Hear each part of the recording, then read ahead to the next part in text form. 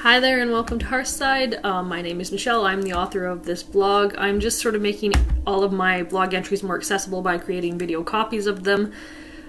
This particular one is about Midsummer and what is Midsummer, how should we celebrate it, should we celebrate it, etc, etc. So there's a few pieces to this. The first one is looking at the historical heathen holidays, which the ones that are recorded are Sigurblot, Yule, and Winter Nights. But those sort of fit on three spokes of what I would consider a four-spoke wheel, where Midsummer would be directly opposite Yule. And if you're using the historical Lunisolar calendar like I do myself, then it would fall on the full moon after the new moon after the summer solstice. Of course, a lot of modern heathens instead would celebrate Midsummer at the summer solstice, which would pin it to a solar calendar instead of a lunisolar calendar. There is a bit of historical precedence for both, and I will explain why that is in just a minute. However, first I want to look at an argument against ancient heathens celebrating Midsummer at all, which came from a scholarly article by Sandra Billington. I will post the information about that below if you want to check it out.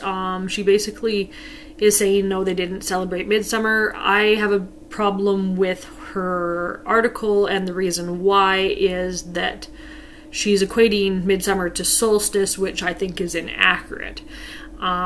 She still has some good points that are relatable, though, no matter when you choose to celebrate Midsummer. So that's why I think it's worth taking a look at. So I'll just sort of like explain her arguments for everything. So, she's saying that the solstice was not celebrated in pre-Christian Scandinavia. The reason why she gives mainly is that the sun would be too bright for so many days in a row around the summer solstice that it would be impossible to determine exactly when the solstice was. So for that reason, it wouldn't be possible to celebrate anything there. Also, she argues that the pre-Christian Scandinavians would not be celebrating the sunny days getting shorter because that would mean that winter is going to return and make their lives more difficult. So the first argument is arguing basically about it being celebrated on the solstice, and the second one is arguing more broadly that they wouldn't celebrate it because it doesn't make sense. Now, I agree with her that it wasn't celebrated on the solstice originally, although that date did later get moved closer to the solstice, as I'm going to explain in a minute. But I do think she's misunderstanding also and misinterpreting how this holiday would be celebrated. And I'm basing this information partly on my own intuition, but also on this book, the Lunisolar calendar of the Germanic peoples, as well as a little bit on Rune Rasmussen's book, the Nordic Animist year. So that's sort of where I'm coming from. So first of all, I don't think that the solstice would have been Midsummer. I think the Midsummer would have been on full moon or the days surrounding a full moon, as were the other heathen holidays. I think that the way that she's approaching the holiday and thinking that the celebration would be the longest day of the year, that's also mistaken. I don't think that Midsummer at all was about celebrating the long days coming to an end, but rather it would have been more of a harvest celebration, or something of that nature. So those are the main problems that I see initially with what she's saying. And the other thing is we can look at what other historical dates there are that we know of around that time. So Billington looks at the dates of the Althing in Iceland, and before conversion they were about 9 weeks after Sigrblot and lasted about 2 weeks. However, she notes that this was not considered a festival, but rather just a gathering, and so it wouldn't be celebratory like what we're looking for Midsummer. If you're looking at 9 weeks after Sigrblot, that would be the end of June, similar to the time of the solstice. But as she says, it was not considered a festival. So that is, again, I think a strong argument for that they weren't celebrating on the solstice at that time. I don't know why there's like a air horn going off outside, but it's been constant this afternoon. So if I get a little bit off track, that's what's going on. So yeah, originally the Althing was around the solstice, but it wasn't a festival, so it wasn't Midsummer. Billington also is arguing that the solstice celebrations in Scandinavia and Anglo-Saxon England would have come from Rome and Greece after the conversion because they had similar holidays. That's possible. That lines up to me anyways. But her mistake is linking Midsummer with the solstice celebrations. So then if we're looking at Zautner's book instead, this one, then we get a little bit of a different picture. If we're looking at some of the different sources he's looking at, sagas and just historical texts and stuff, there's quite a few of them in there, we see that there was proof that there was the Althing, and then later on in the summer it seems that there's evidence of a midsummer bloat that took place. Billington sort of describes this event as well, and it's to do with this one king who was trying to create a midsummer bloat, it seems, or that's how she's interpreting it, in order to trick the heathens into converting by giving them this holiday, and then at the last minute sort of renouncing that and saying that if they don't convert, then all these bad things would happen to them. But if you're looking at the way that Zautner sees this particular piece, it looks like the king is maybe playing off of a holiday that already existed and trying to overlay Christianity on top of it. By using the bloat sacrifice and feasting elements in order to draw in the heathens and try to convert them.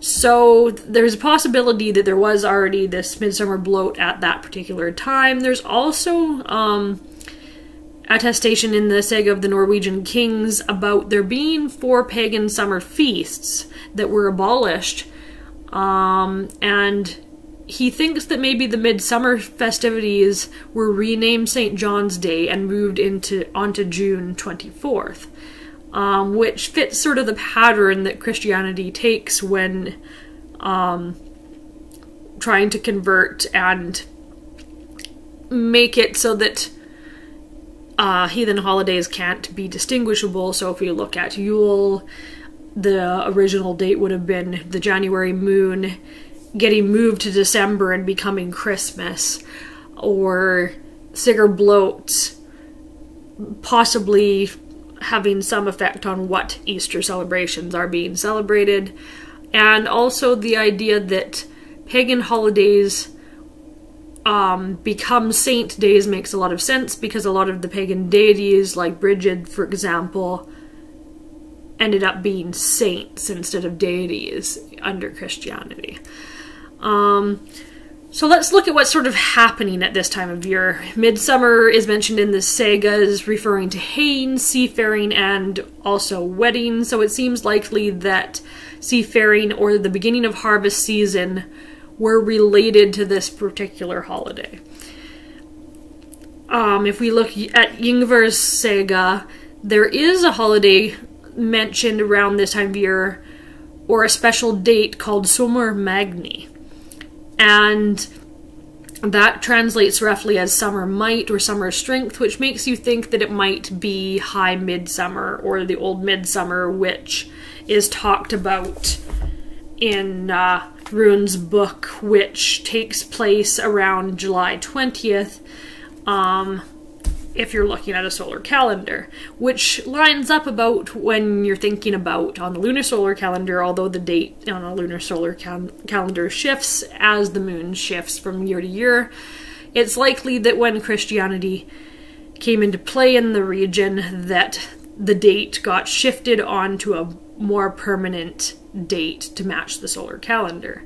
So it seems that it's likely that there was a midsummer celebration of some sort in July. There's also evidence on a bunch of primstavs of it being marked with the midsummer date, even though there was no mention of any festivities happening at that time. But those ones, again, were after conversion. It might have been lost, or it might just not have been recorded for whatever reason.